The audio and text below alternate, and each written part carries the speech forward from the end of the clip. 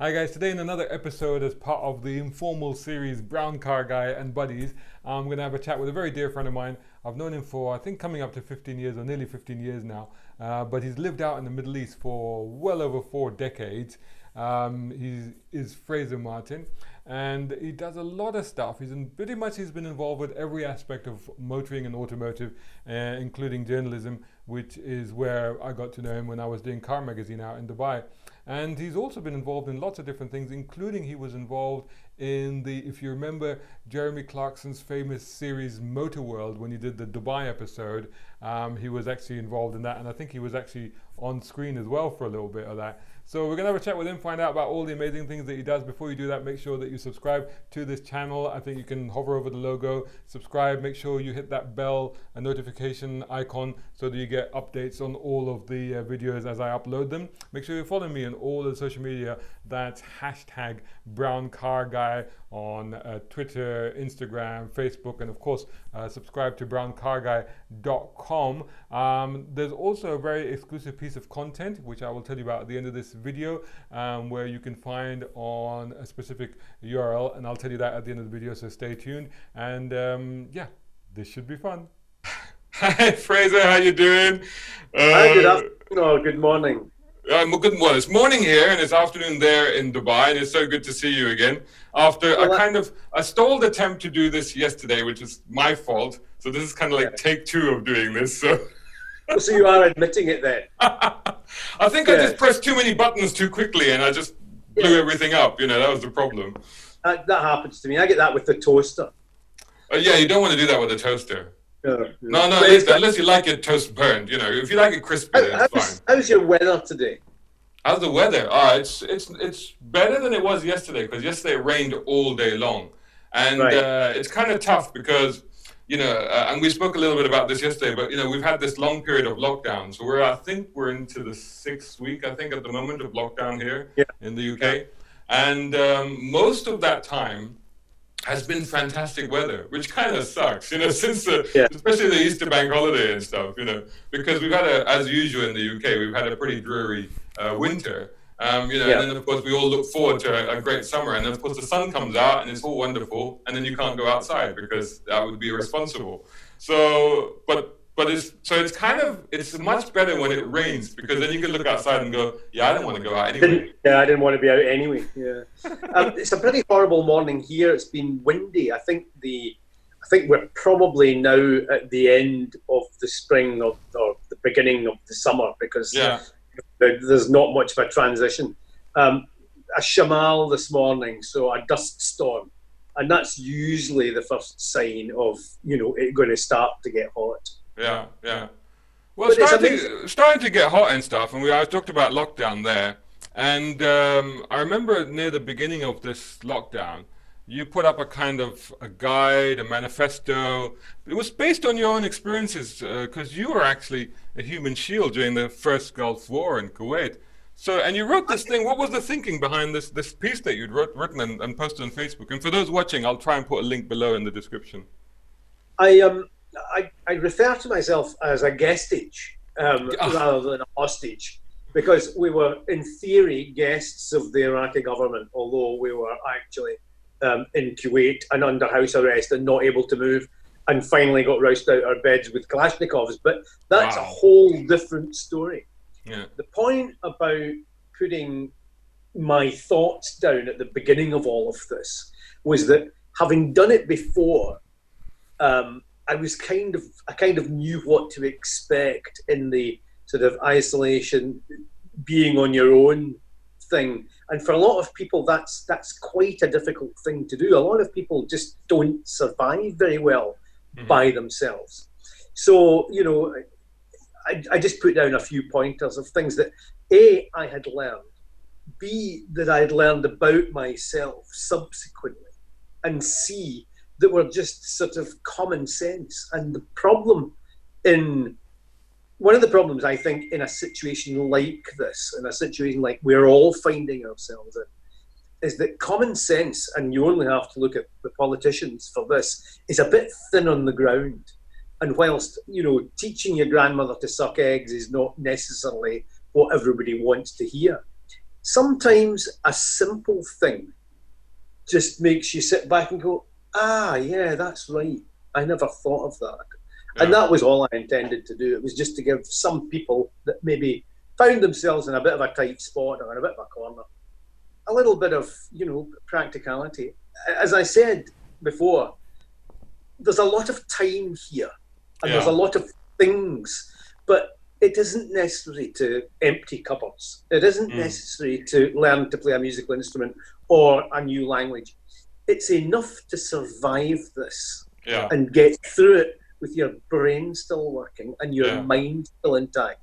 You don't need to pressure yourself into doing other things because you've got a whole load of time on your hands. Yeah, all these Having said that, I got a new wheel put on the wheelbarrow this morning, so I have a sense of accomplishment. Yes, but you haven't downloaded a whole bunch of courses that you're never actually going to complete, which is what a lot of people are doing right now. That's the thing. But those very good points made, and I think that one of the things you touched on there, which is something that probably isn't discussed much at all in the Middle East, is it really, is the whole mental health part of it, because being indoors, being trapped, and I think particularly, where you are, because a lot of people, live in the malls over there, don't they, in Dubai? They're always outside, so it's kind of tough to suddenly find themselves cocooned in their air-conditioned, admittedly, flats and villas. I feel very sorry for anybody who's stuck in, what would be, I suppose, student accommodation in the UK, but, some sort of sharing accommodation. Yeah. I feel sorry for the people that don't have, for example, the space I've got. I can exercise round the perimeter of the building of my villa, and I can get up onto the roof of the villa and walk round without actually being in the public domain. Yeah. So I can get 6 kilometres out of an hour's walking, just up and down stairs and round the roof. Yeah. So I consider myself to be quite lucky in that respect. Yeah, and also you're not one for hanging out at the malls anyway, so that you're not really missing that, are you? No, I'm definitely not missing that. I mean, a mall is somewhere that I go if I need something very, very specific, and I'll research not so much the thing as to how to get to it and to get back out again as quickly as possible. Yeah, that's a very good way to do it. That is so you, actually, to recce the route. That is so you, isn't it? That is so you, recce the route, find the quickest, most efficient way to get there and back, without getting stuck. But we'll come back to that in a minute. But what I wanted to touch on was going back to the Kuwaiti experience. And, of course, one of the most traumatic parts of that for you was probably losing your entire model car collection at that time, wasn't it? Yeah. Well, that was only a partial collection. It was a collection of, let me see, 21 by 150, let's say, Matchbox models of yesteryear. And they had all been collected principally because they were commercial vehicles. So they were collected mainly for the graphics, because I mean that's my background anyway. And I thought, that's right. So you're a graphic designer, isn't it? This will make a nice thing. So I got cases made, and 21 models to a case with a glass slide down the front of it, so that you don't have to dust them, and it made a nice graphic representation. Anyway, it went down the chokey with everything else that was in the container at Kuwait port on the 1st of August, 1990 or thereby. And I never saw it again. But I did have a list. Yeah. And I did have a dealer. So as soon as it became practical to do so, I sent the list to the dealer and I got him to put the vehicles, the list of vehicles back together again. It's probably the only thing, with the exception of a Rohan raincoat, that I brought out or that I have re-established since Kuwait. Right. Everything else was gone. But you've re-established it and more, haven't you? I mean, you've got a much bigger collection now. Yes, I've been very silly since then. And but as I said to somebody the other day, there, the key factor in trying to put a model car collection together is to get yourself a theme. Yeah. My might be a particular car or a particular country or a particular manufacturer or a colour scheme or a theme of racing or rallying or something. But for goodness sake, pick one and stick to it, because otherwise you'll be broke. My collection, apart from the yesteryears, which are still there, my other main collection is 600 and odd strong. They're all British cars, and they're all from between 1948 and 1988. And in terms of the manufacture of the car, not the manufacture of the body. And so that was what I considered to be the formative years in my journey through motor cars. From seeing them and learning them and understanding what they were called, to being really anarchy about, horsepower and how fast they could go and how many doors they had and all that nonsense. Until so with these cars, you've been doing something with them as well, and this is not a lockdown thing that you've been doing, because you actually started doing this back when I was still there, just a year and a half ago, nearly 2 years ago, and you've started creating sort of what they call dioramas, so little situations, little environments that you've been putting these cars into, which is incredible. I'll try and put some pictures on the screen so people can see what you've been doing. But have you been trying to recreate scenes that you remember from childhood, or what inspired you to start doing this stuff? It's a relatively recent thing that you're doing, so. It's a couple of years, 2 or 3 years. A lot of people work from photographs, and they'll, say, "Oh, I've got, a photograph of Le Mans 1955 or Sebring in 1970 or such and such a Grand Prix," and we'll recreate that. I tend to just make it up as I go along. I tend to just think, well, that'll be an interesting thing to make. I'll try making that, and then I'll do a backstory to it. So I'll prop it with a few cars and a few people, and then write a backstory to it. I'm in the process of working on one just now, because I saw something and I thought, I'm going to make one of these. So I made myself, I'll just stretch over the camera I made myself up the beginnings of, I don't know if you could see that. Oh yeah, look at that, humpback bridge. Yeah. Yes. Now that's just a piece of foam board. So I've drawn all the bricks and I've coloured them all in and all the rest of the stuff. So that's one side of that. That is going to go on now a piece of board, right? Now, this piece of board has got a gully cut through it, which is why the humpback bridge is going on, right? And this will get grassed. I'll put a bit of fence here. The rest of it will be tarmacked, and I'll pop some cars on it, and that will be a diorama that you can put a couple of cars on and tell a story.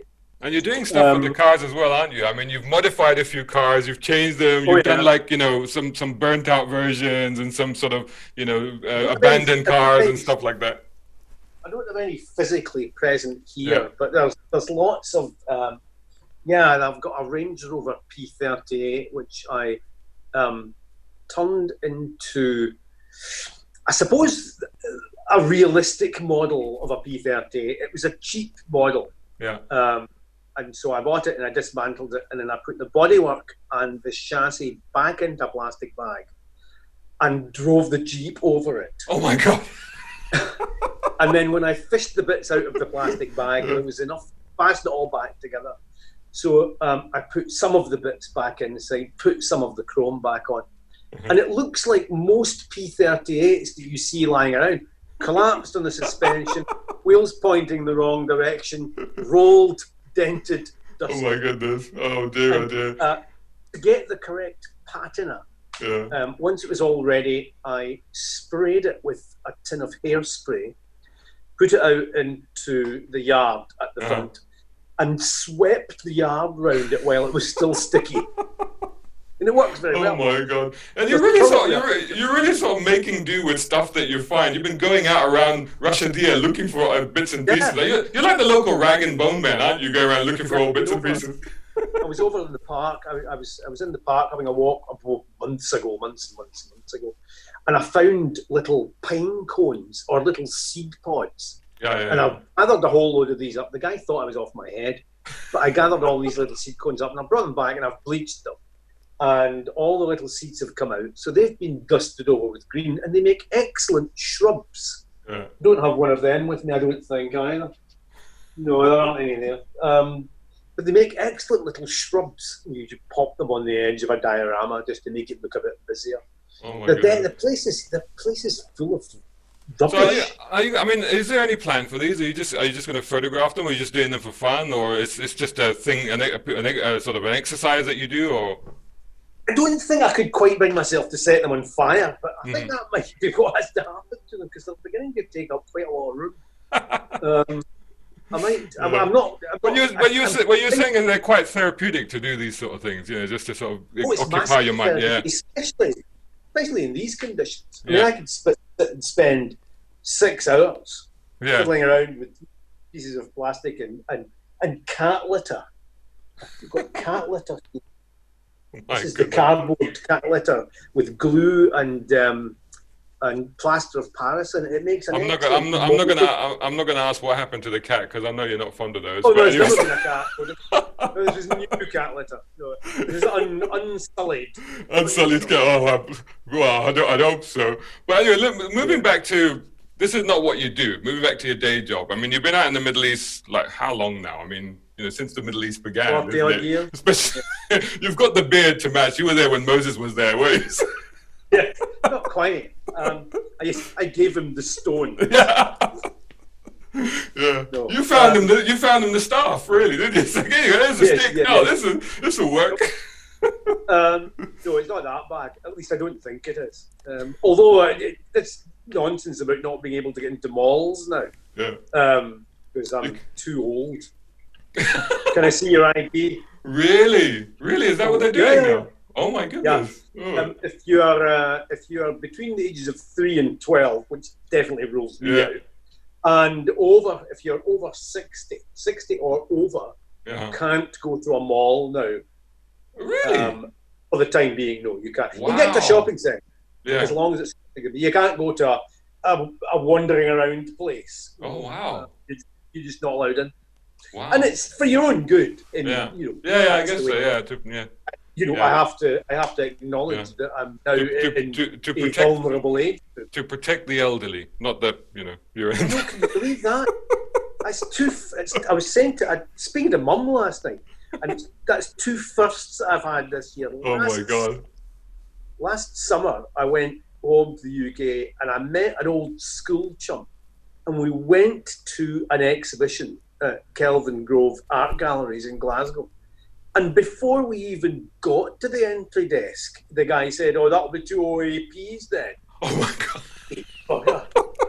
Couldn't believe it. And I hope you gave him an ear bashing. Flipping heck, bloody hell! But in terms of but the thing is that is to belie what you do. I mean, you've been there like more than 4 decades. Because I remember when I first met you that was nearly 15 years ago, and you'd been there 3 decades. So definitely more than 4 decades. And and you've done pretty much everything there is to do in terms of automotive and motoring there, haven't you? And a lot. What occupies your time mostly when you're not in lockdown, so to speak? We do a lot for JLR. We do a lot of training, driver training, drive training, events. I'm a lead instructor with Land Rover Experience. One of, I think, 3 in the Middle East, or 4 maybe. So, I mean, I'm still doing that. There's a lot of that. And I'm doing work for some other manufacturers, Ford, Kia, a few others. Product launches, press launches, a little bit of hot weather testing now and again, that kind of thing. I'm not writing anymore. No. Like you. Yeah, well, I mean, like that's we did a lot of work together on Car Magazine back in the day, the Middle East edition. Yeah. I still have loads and loads of better than another thing that will go on the bonfire. But I'm not. Oh, I'm missing one issue. Before you burn them, let me know because I just checked my collection recently and there's one issue missing. So. Right. Yeah, so Okay, let me know. yeah. Let me know before you burn them. But that's not your claim to fame. One of the many claim to fames that you have, apart from obviously working on with me on the Middle East edition of Car, which was an amazing experience. Which of course is the most important. It's very, very vital. But I am proud of the work that we did with that magazine. I thought it was, I think justifiably the best magazine in the region. I think I need to be a bit lower because your image is at the same level as mine. I'm losing your comeback. See, now his old age is showing. That's the problem. But I was just to be lower, But one of the the editor. But anyway, so one of the claims to fame that you have, and this is where I'll elevate you now back up again, is that you were on Jeremy Clarkson's Motorworld in the Dubai edition. You actually were in there with a bit more hair and stuff, but you actually featured in it, weren't you? Yes, it was a long time ago. Yeah. A long time ago, but yes, I mean, we did some stuff then with Mohammed Ben Sulayem's cars. That's right. And a bit of desert jaunting, because they had him out on, I think it was the Gulf News Fund Drive one year. Right. It was one of the years that I'd planned the fund drive, and they said, "Oh, we're going to have a film crew, and can you, whatever it was." Anyway, we ended up doing a little bit on and then with the supercars we had. So hang on. So were you the one advising him how to get up the dunes and stuff like that? I mean, how to do the Middle East type of off-road driving? No, I was keeping well out of that. I still don't get that. I mean, in 40 years, I still don't get what it is about going up to the top of something. Yeah. I just think it's an awful lot just to work your way around. Why press and strain the? I don't get it. I still don't get it. Yeah. And when I'm out, I'm looking for the easy route. I'm looking for the line of least distance. Yeah, follow the camels. Follow the camels, as they say. Yeah, look where the camels are going. If you can get to that. But to go back to Clarkson's Motorworld, I think probably one of the. And you forget a lot of stuff that you've done and places you've been in and things that you've driven. I've driven lots of other people's cars. But I spent, and this is the one that will make you most jealous, I spent the whole day with 4 of his supercars. We had an XJ220 Jaguar, a Porsche 959. Oh my God. The Ferrari F50 and your favourite, the Ferrari F40. Oh my God. So Mohammed was driving the F50, but he was busy, so we did the F50 segment, and then he had to go. So he said to Andy Willman, right, okay, and Andy said, oh, well, do we have to stop? And he said, no, just you carry on with the other 3 cars. And Fraser knows where the house is, so just bring the cars back when you're finished. So we had the whole day with the XJ220, the 959 and the F40. And I drove the F40 the whole day. And it was horrible. I hated it. This is where you completely destroy the illusion for me. I'm like so jealous because every time you tell that story, I'm so jealous. And you're like, yeah, but it was rubbish. I'm like, I don't want to know this. Deadly. There was nowhere to put the shopping. It was hot. It was hard to steer. It was. I don't understand the fuss. I really don't. And it's got nothing to do with. It was just an awful car. What? The 959. Yeah. The 959 was sublime. Yeah. It's just, I mean, that a car could be so smooth, so comfortable, so fast, and then you can drive it up a flight of stairs. It's just staggering. It was a technological masterpiece, that thing, at the time, I remember. I mean, it was like way ahead of anything else that had come out. Yeah. And it's pretty much set the template for all Porsches going forward after that, Yeah. I suppose it must have. But talking about, taking it up a flight of stairs, I mean, you do have a tendency to drive unusual cars in unusual places. I mean, this is one of the things that you're known for. And we touched on this a little bit the other day when we were talking about the stuff that you've done. And I should just say, I'm going to refer to this Honda Jazz that you've got, which I believe was one of the very first cars in the region, the very first Honda Jazzes. And you were working, I think, with the development team, and you decided to buy the car, right? And you still got it. I've still got the car.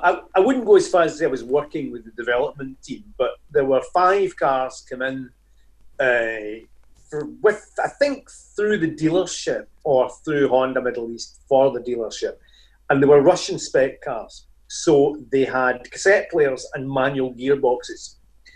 And there were 4 of them registered. And I was asked if I would put some miles on one of them. So I put, I don't know, a couple of 1,000 kilometers on a blue one, and was so impressed by everything about it that passing by the workshop one day, I think I had an Accord then, getting my Accord serviced, I spotted this Jazz in the compound tucked away. It was a white one, which is the colour I always buy. And I phoned them up and I said, right, I've just seen this. Have you got a plan for that? And they said, no, well, we're just hanging on to it for the time being. I said, right, I'll put my name on it. I'll buy it. I said, I've been so impressed with the car that I've decided I'll have that one. I'll have the white one. We can't sell you until the rest of them go on sale. That's fine. I'll wait. So the first shipment duly came in and they started to get sold, and I got the white one. But the shipment was all automatics. Yeah. And I got the manual one, and I've still got it. What's the mileage on it? 300,000. 300,000 and something kilometres. And it's about probably a quarter of the way through its second clutch. Wow. Wow. I think it's still on its original exhaust. And the thing about this car, and I've driven this car actually, by the way, and it still feels fantastic to drive. I drove it probably about 3-4 years ago, and it was great. Yeah. But you've done everything with this car. I mean, it's been an autocrossing, and one time I remember you wanted to prove a point with the off-road course that you'd built at the Autodrome, right?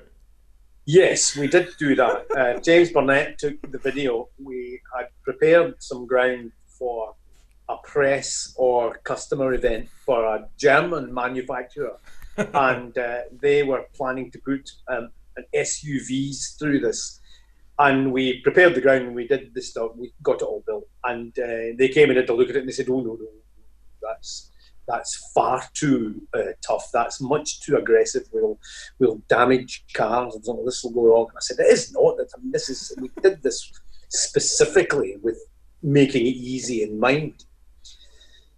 And we hummed and hawed, and I said, "James, right, I'll take the car round and you film it, and we'll just send him it to see if it's tough." So I drove the Jazz round the off-road course, and of course it's pictures of it on 3 wheels as it articulates and, getting over things. It's fine. That's amazing. That's incredible. Yeah, it's like you were telling me, like, you've taken this Jazz into the desert, fully loaded up and all kinds of stuff. Oh yeah, that quad bike in the back of it. Oh my God. What an incredible thing. I remember one time when I spoke to you, this was when I first came out there, and I was speaking to some locals, and they were talking about the desert and stuff like that. And I called you up and I said, "Oh, Fraser, I've just been speaking to these people." And they told me, like, back in the day, the locals, they used to take Corollas out into the desert and stuff like that. And you replied simply, "Yes, we did." I don't believe that story. I think that's a story that has been modified over the ages. No. I very distinctly remember it because I cracked up the moment you said that. I mean, you're so Scottish that you haven't lost the accent in 40 years, and then but you're a local as well. It's just to kind of comprehend that dichotomy is incredible.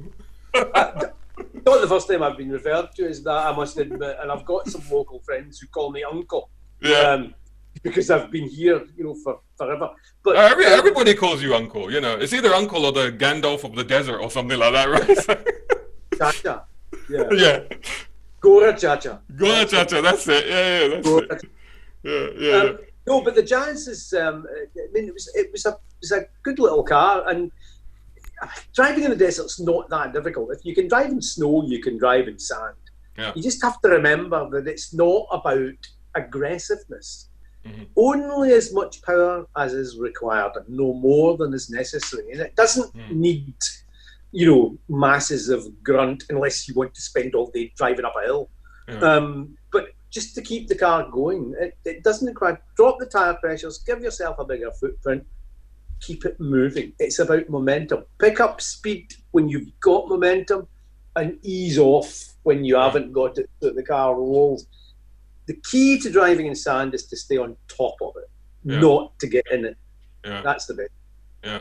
And even with regular cars, I remember one of the first experiences that I had when I went out there. Where I was on an Audi event, and this was at a place, it's a tourist place just about an hour outside of Dubai called Big Red, which you'll be very familiar with. And I think it's no longer Big Red now, is it? But because it's a tourist place, it's a middle-sized red. It's a largish dune. And when I went, and this must have been about 2006, and they had the Audi A6 saloon cars, and they were basically inviting journalists to see how far we could get up this dune. I was quite pleased because being a complete newbie to the desert, I managed to get 3/4 of the way up before it got buried. But I thought compared to other journalists that struggled to get even that far, I thought that wasn't too bad. But I could see what your point is. It is possible, even with ordinary cars, to do that. I think, as a slight aside to what you're talking about, but it is possible to do that. And a lot of people, I mean, I remember when I got my first Range Rover, I was down on the beach and somebody drove past me in a Caprice Classic. Yeah. And I thought, how does that work? I had no idea. And then, of course, you learn. Yeah. And I mean, I've got a background in off-roading in Scotland in any case. I used to compete. But it's a different thing altogether. But now I've forgotten what I was going to say. You're coming into, and I think, yes, motoring journalists. Yeah. I think, in my experience as a part-time motoring journalist, as a sort of freelance quasi-journalist, I would call myself, one of the things that you have to remember about motoring journalists is that in most cases, they're journalists first. Yeah.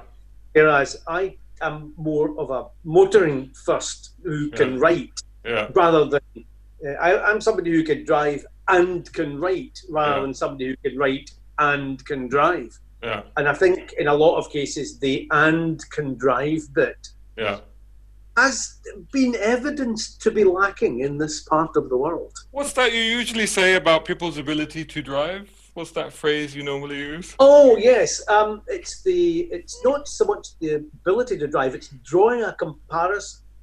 And I have referred to people as he couldn't drive a soapy stick up a dog's bum. Oh my God! I needed to get you to say that on this video. I've heard you say that so many times. It's one of the key things you say. But I mean, it's incredible. I just quickly want to touch on another thing that we did actually, which actually it follows on from what we've been talking about before we wrap this up. And that was like one time we took a Volkswagen CC, a Passat CC, and it had 4Motion, and we wanted to take it into the desert, into the dunes. And the idea was to show like we were deep in the dunes and how difficult this was. And I had you driving the car, and the trouble was, you made it look too easy. Yes, it was a good day. It had been raining. It was easy. Yeah. Until that one point where it did go slightly wrong, but yes, that was your photographer. Yes. Let's look before you leap. If in doubt, stop and have a look. Yeah. And I didn't. I went where he wanted me to go for the camera, and I will never ever do that again. I actually remember it because I was standing just like 3 feet behind him on the right, and you were driving with the window open, and it was a video guy actually, and he was directing you, and he said, right, go this way, and you kind of just instinctively followed his instruction. And as you did, you would already realize that was a mistake. And as you were doing it, as it was actually happening in slow motion, you turned to me and said, oh, that might have been a mistake. Yeah. As you went over the ridge, and I'm like, oh God, he's gone. The car ended up like that, didn't it? The over the ridge bit was okay. It was just that there wasn't enough of an escape route. That's it. You know, when you get over, you would automatically in a bigger car, you would just think, right, I'll power my way out of this. Yeah. But it was too steep, and if I powered out of it, I'd have broken the front of the car. Yeah. So I just had to stop. Yeah, so I mean, a lot of people saw that picture and they thought, we damaged the car, but it wasn't, because after, like you said, once you dug it out, you just drove it out of there, didn't it? It looks impossible. I some sand away from the front and out it popped. Yeah. It was actually an incredible experience, and long may your experiences continue. I think there's a lot more stories to tell. I think we've got to catch up with this again very, very soon. But thanks so much for joining me today. Thanks for doing this again after I mucked up the first take. But I think, it was good fun to do this. My pleasure. So I hope everybody's well, and I hope all your viewers are staying in and watching their tellies. I've started Yes, or YouTube. No, you don't need TVs now. Just watch YouTube. Make sure you subscribe to his channel. Is what you're saying. What you're saying, say it out loud. What you're saying is make sure you subscribe to Shazad's channel. To Shazad's channel. Subscribe, yes, you should really subscribe because the television is rubbish, especially here. Yeah. Oh my I actually goodness. haven't had my TV on. I haven't had to switch the TV on yet at Can't all, and I blame don't watch. I don't have Netflix. I don't have any of that. No. Reading and fiddling with toys. That's it. Go make some more I need to dioramas. get out. Oh no! Wait a minute. Ain't happening. Right. All right, cool, man. Thank you so much for doing this. We'll catch up again soon. Take care. Look after yourselves, and see you soon. See you. Bye. Bye. Take care.